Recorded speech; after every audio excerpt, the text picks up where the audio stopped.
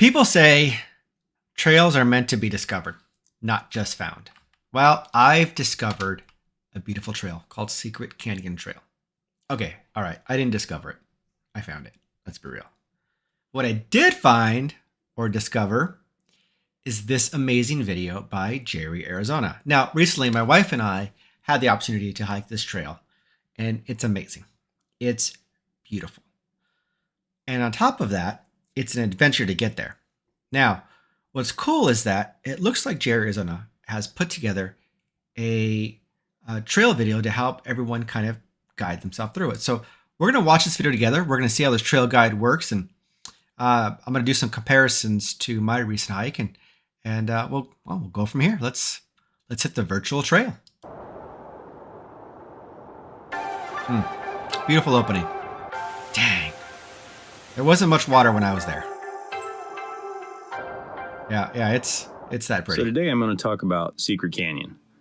Now, Secret Canyon's a beautiful hike in Sedona, Arizona. It's an out and back hike located in Secret Canyon Wilderness. Now, this being in the Red Rock district of Sedona, you need to get a Red Rock Pass. You can get one of those in the many gas stations in Sedona. Yes, absolutely. Stop and get a Red Rock Pass. It's the beauty that, knowing your money goes to something important that, we can all enjoy later, that it's going to help fund the Forest Service and help them continue to maintain those trails and those beautiful landscapes that we get to see. So make sure you stop in and pay for your pass. Some of the trailheads have kiosks, or you can go to the ranger station, which is what we did. So go to one of those locations and pick up a pass. Yep. I think it's like $5 for the day. All right, so how do you get there? Probably the best way to explain this is to tell you to search for Devil's Bridge Trailhead. Now, that's a very well-known and popular hike trail in Sedona off of Dry Creek Road. And pretty much any search engine will bring up that trailhead and give you directions. Regardless of how you find the trailhead, you eventually will drive to the overflow parking for Devil's Bridge. Shortly after, you'll want to turn right onto the road. Okay, now depending on when you go, so we went super early on a Saturday morning.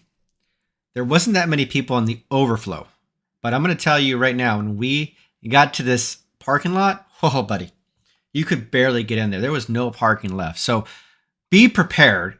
If you're going to hike it, be prepared. Just if you go late in the day, be prepared. Road that you see in the video.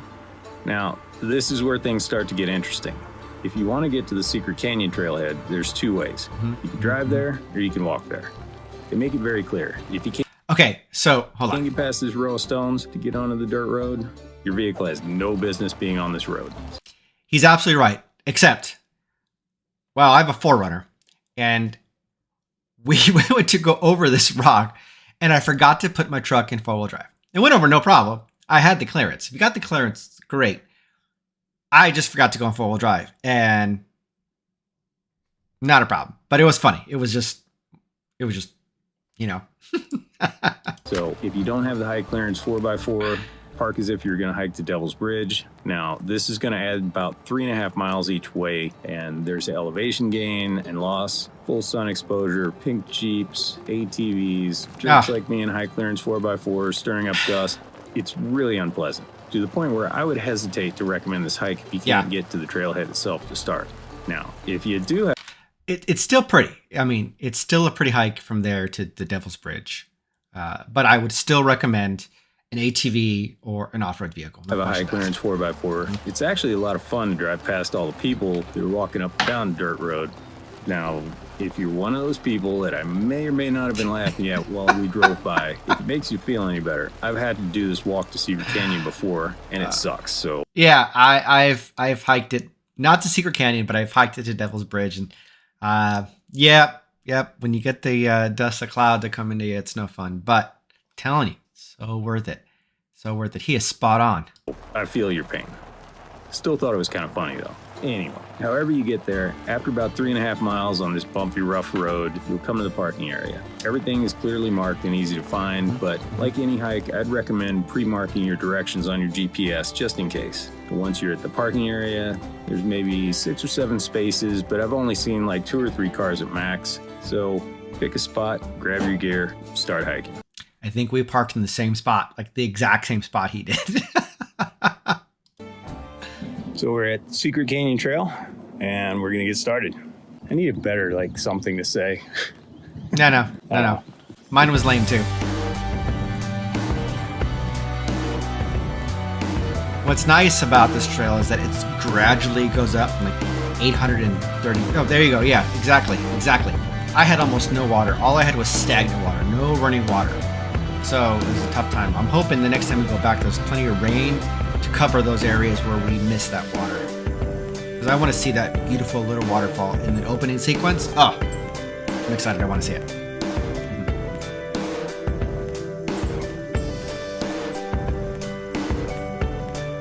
Yeah, it's gorgeous there. Beautiful views. Around 3/4 to a mile in, you're going to come to an area that has several campsites, and the trail is going to split. If you keep going straight, it becomes a David Miller trail. You want to go to the left and follow this trail into Secret Canyon. Now, everything's clearly marked and straightforward, so you shouldn't have any issues with wayfinding at all. Shortly after the split off, there's a couple more ups and downs, and then you're into the pine trees and into Secret Canyon itself. It's full shade, and the scenery gets a lot more dramatic and just beautiful.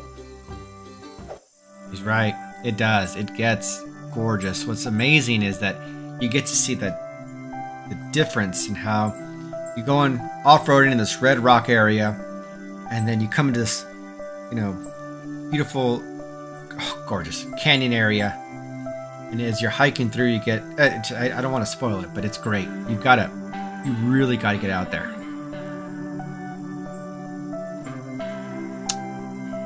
I like this. Looks great. I like the music, and the slow motion kind of gives it that, everything slows down here. A little more than 2 miles in, and you're going to drop into a creek. And now, if the creek is flowing, you should be able to hear a waterfall in this area from the trail. Okay, so like I said, the creek was not flowing for me, so I did not get to see this waterfall. So I'm hoping that rain comes in through Arizona, and I'm hoping that I get to see it the next time through. When the trail goes into the creek, instead of going up and out of the creek, turn to the left, downstream, and you'll shortly come to the waterfall. If it's running while you're there, you absolutely need to check it out. It's worth a look.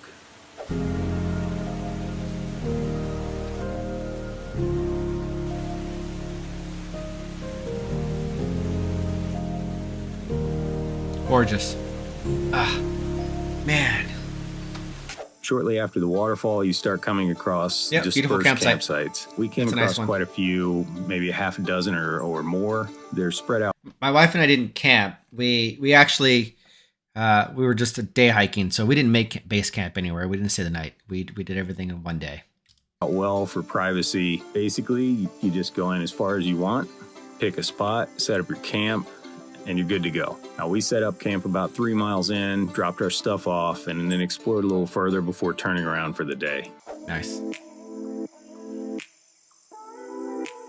Again, good choice of music. This looks...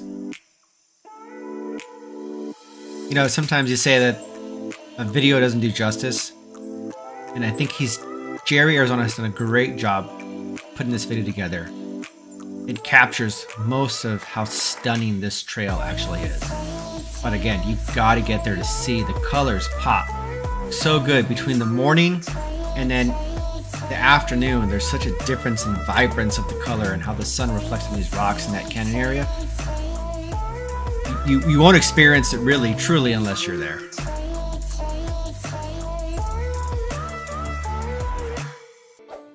So overall, trail's about 5 miles in and out, like I've said before. A couple hundred feet of elevation gain, fairly straightforward. Now, we've only gone in about 3.5 miles, so I can't really describe the last mile and a half. Yeah, it's about 835, 36 feet in elevation gain, and it's gradual. It goes up and down, up and down, up and down. And my wife and I got into about 446, so we didn't do 5 all the way in 5. So it's 10 miles round trip. So we did 9 miles when we went, but yeah. It's really up to you how far you want to go. But regardless of your itinerary, Secret Canyon is a great hike with incredible scenery, plenty of solitude. If you have the means to get there and you're in Sedona, go check it out. You won't be disappointed. Yeah, nope, he's not wrong. Great video. It's short, it's sweet, it's to the point. It's a beautiful trail. You've got to go check it out. Highly recommend it. This is a great overview of the trail. Arizona, thank you for putting this together. But everybody else watching this, I'm telling you, so worth the hike. It's so worth getting there on the off-road trail. The adventure itself is fun. But either way, thanks for watching. I'm glad I got to review this. Well done, and I hope to see you on the trail.